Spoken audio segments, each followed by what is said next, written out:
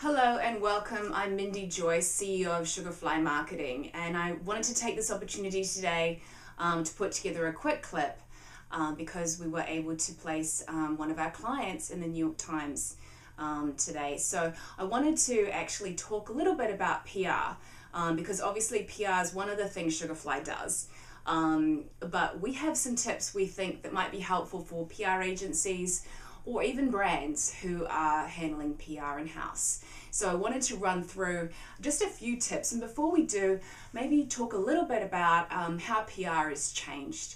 You know, we've seen a lot of changes not only in technology that's meant the landscape of public relations is quite different than it was. There is traditional media, of course, and then there are things like bloggers. There's people that are consuming more and more information on their social networks. There's applications, you know, iPad and iPhone and things like that. So from a public relations perspective, it's changed a lot, and we need to be thinking a little bit more in terms of how people are consuming content. Also, the other thing is what I would say with traditional media is there has been a huge change. A lot of times agencies will tell you, and I've sat through so many meetings with agencies pitching for business and worked also in-house pitching media. And what agencies tend to tell you is, you know, they have a lot of relationships. And that's traditionally why brands hire agencies, is for their relationships. And what we've seen actually dramatically in the past 3 years is really a switch to more and more freelancers being used. Sure, there are reporters that work for a lot of publications. Normally they're the big national publications, or TV shows have national TV shows have their staff that stay on full time, but there are a lot of freelancers being used, and freelancers, as you know, in PR can be a little tricky to track down just because they're not found on media databases and stuff like that. So I think really when we talk about PR and successful PR, we're really talking about how to tell a story, how to get someone's brand and tell that story in a compelling way that's meaningful, that's relevant right now, and to obviously help a reporter and get them to tell that story for you. So what we're doing is really looking at taking a different approach, knowing how technology is changing and how we can really work with the changes and focus on stories that will get picked up through social networks as well. So what I have for you today is our top 10 tips. The first tip is it's not about your brand. Although brands are important, from the media's perspective, they really don't care. They just want to know what the story is. If it's a compelling story and you can use your brand as an example of something that's going on in a bigger picture way, and if you're in technology or if you're in travel, you need to figure out what makes your brand unique, and how is it an example of a bigger trend, a bigger story. And that's the sort of thing that will get them interested in at least listening to the pitch long enough to kind of hear you out. Maybe they're working on a story, or maybe it sparks some ideas. But also this leads into my second point about cookie cutter pitches.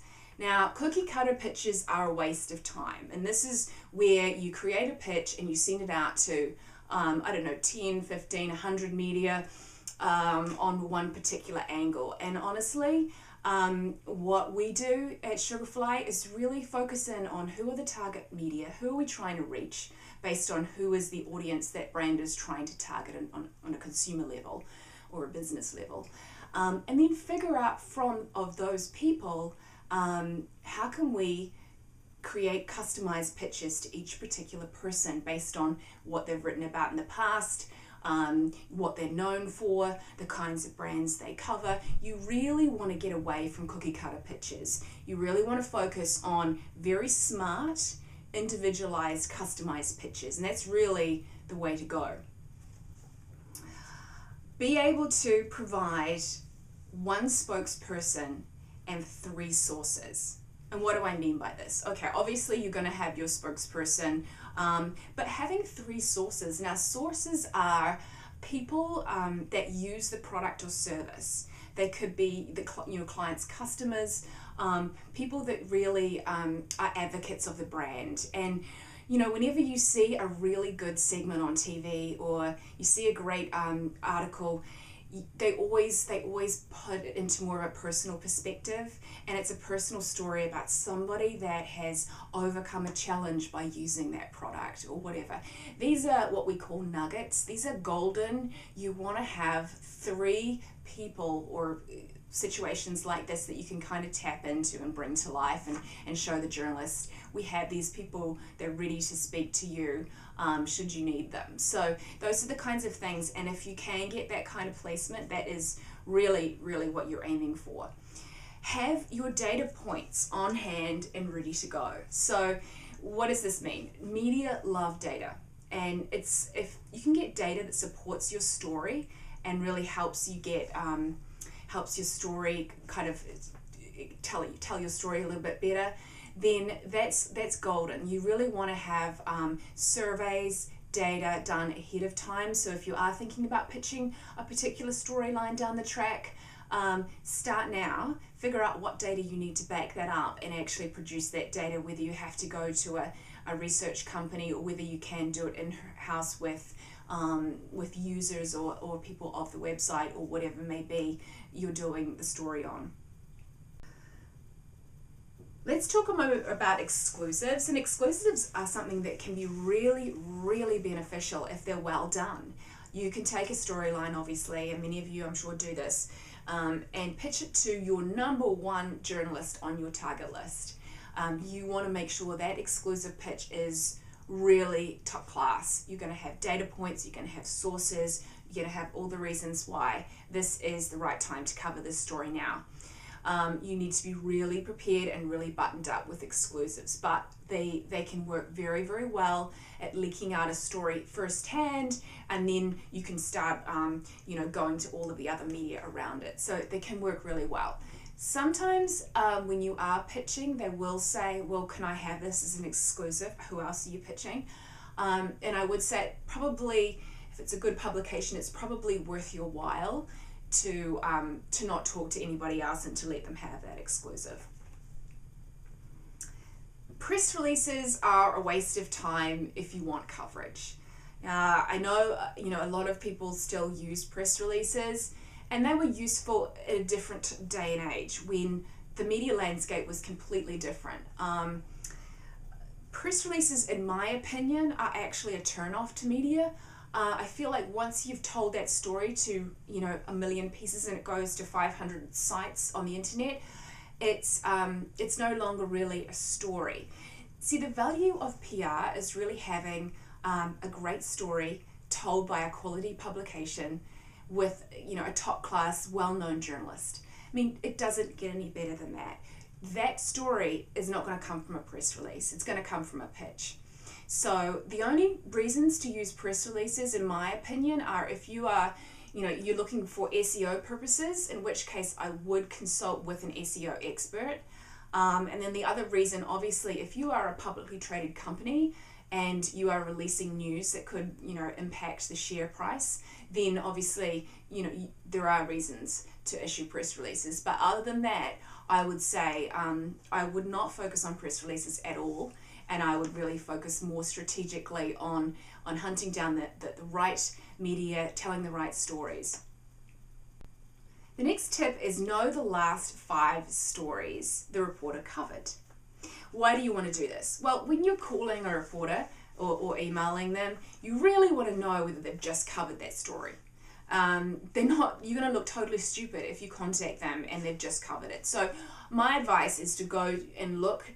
You can look online on the website and see the last 5 stories they've covered. And I would also look at who they consider their competitors are and look at those stories of those similar reporters. So if you're pitching the New York Times, their competitors are the Wall Street Journal and USA Today. Go to those publications, take a look and see, which of the columnists have covered, similar stories, just to get an idea of what's going on and what's already been discussed. And you may have an opinion on what's been discussed, which might be interesting to bring up and reference some of these stories. The other one is to be helpful in general to media for future stories. What you want is to build a relationship. You know, it's a two-way street. You want them to come to you for information, but you know, you always also want them to listen to you when you have an idea or have a story when you're pitching one of your clients. So I would say give them information. If you hear of something that you know they might be interested in, send it anyway. Even if it's not one of your clients. You know, reporters come to me for information. I might not have a client specific to that story, but I kind of know about the space and know what's going on generally. So, you know, I'm happy to provide information, and I think they appreciate that. And I think it does help strengthen your relationship. And our last point today is prepare your spokespeople. You know, an interview is just, it's one chance. It's a one-shot deal. You want to go in there and you want to have your spokesperson knowing the angle that you've pitched, what the reporter's expecting to talk about. If you can get the questions from the reporter ahead of time, make sure you draft up briefing notes, draft up the answers to those questions, predict more questions, think about some of the curveballs, think about some of the ways they can ask that question that you know that they may want to kind of get them talking about competitors or whatever, and prep them. I think the best interviews are when the spokesperson is really well prepared, they're relaxed, they enjoy the interview, and that way you're going to provide some great quotes, or the journalist is going to get some great quotes that they can use, and they'll actually want to use that source again and again, so which is exactly what you want. So I would definitely prepare your spokespeople well ahead of time. With the right information, and also show them some of the other articles that the reporter has put together, so they've got an idea of what they're covering. So these are our top 10 tips from Sugarfly Marketing. I hope this is helpful, and I encourage you to post comments on my blog, or you can contact us directly and we'd be happy to help. Thanks.